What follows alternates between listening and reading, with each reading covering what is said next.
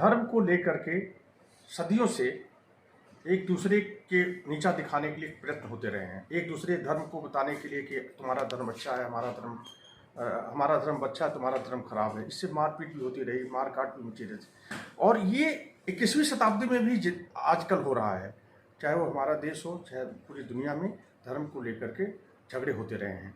हम आइए जानते हैं कि धर्म होता क्या है। धर्म एक्चुअली ध्री धातु से बना हुआ है। ध्री माने होता है धारण करना। धारण, हम किस चीज़ को धारण किए हुए हैं ये जानने का विषय है। कि धारण, जैसे ये मेरी कमीज है लेकिन मैं कमीज धारण नहीं किया हूँ, कमीज मेरी अलग है, मैं अलग हूँ। उसी तरह से ये मेरी शरीर है लेकिन मैं शरीर नहीं हूँ, तो मैं क्या हूँ? वो शक्ति हमको धारण की हुई है हमारी शरीर को, वो आत्मा जो है परमात्मा का अंश है, वो चीज़ें हमने धारण किए हुए हैं। अगर हम असली चीज़ को जान जाएं, उसको जान जाएं, तो धर्म के नाम पर हम एक दूसरे को नीचा दिखाने की कोशिश नहीं करेंगे, प्रयत्न नहीं करेंगे, मार काट नहीं करेंगे। और हम ये जानेंगे कि जो चीज़, जो शक्ति हमको चला रही है, वही शक्ति हमारे सामने वाले को चला रही है, हमारे समाज को चला रही है, दूसरे समाज को चला रही है, पूरी सृष्टि को चला रही है, पूरी कायनात को चला रही है। वही सृष्टि है, वही शक्ति है जो सबको चला रही है, वही शक्ति हमारे अंदर है। अगर हम इस चीज़ को समझेंगे तो जो झगड़े की भावना है, जो नीचा दिखाने का भावना है, वो खत्म हो जाएगी। तो आइए हम बताते हैं कि तुलसीदास जी ने क्या लिखा धर्म के बारे में, कि परहित धर्म सरस नहीं भाई, पर पीड़ा सम नहीं अधमाई। परहित धर्म, दूसरे का हित करना, ये धर्म है। दूसरे का हित, परोपकार, दूसरे का उपकार।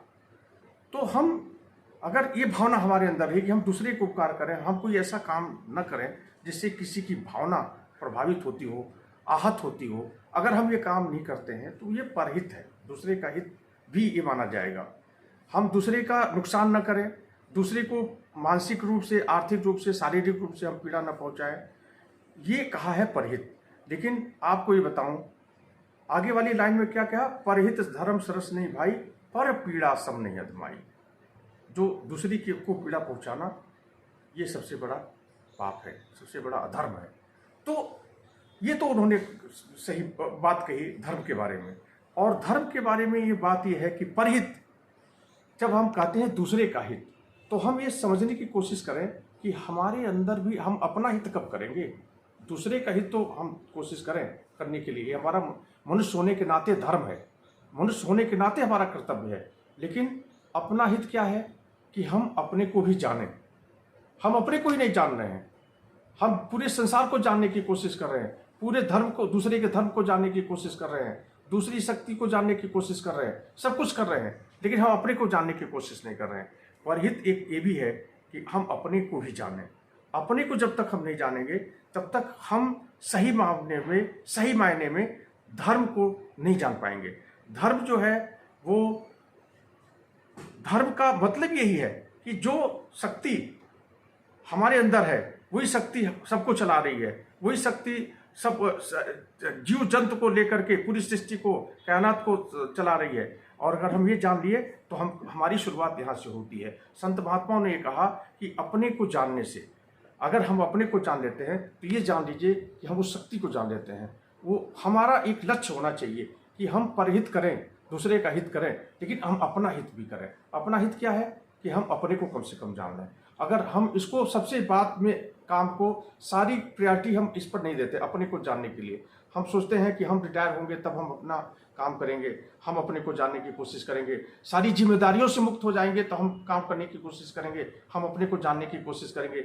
लेकिन मैं एक मित्र होने के नाते आपको ये बताने की कोशिश कर रहा हूँ कि आप जो है अपने को जानिए, अपने को जानने का प्रायोरिटी दीजिए। सबसे प्राथमिकता हमें अपने जानने को होना चाहिए कि हम अपने को कैसे जानें।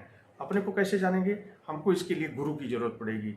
गुरु क्या करते हैं? हमको अपने अंदर, जो हमारे अंदर शक्ति है, वो माने अंधकार और रू माने होता है प्रकाश, जो हमें अंधकार से, हमारे अंदर जो हम जिसके अज्ञानता के नाते हम अपने अंदर उस शक्ति को नहीं पहचान पाते हैं, वो उस शक्ति को पहचान करवाते हैं। इसलिए कबीर ने कहा है, बहता था बहजात था लोक वेद के साथ, पैंडे में सतगुरु मिले दीपक दीना हाथ वस्तु दई लिखाई, कोट जन्म का पंथ था पल में पहुंचा जाए।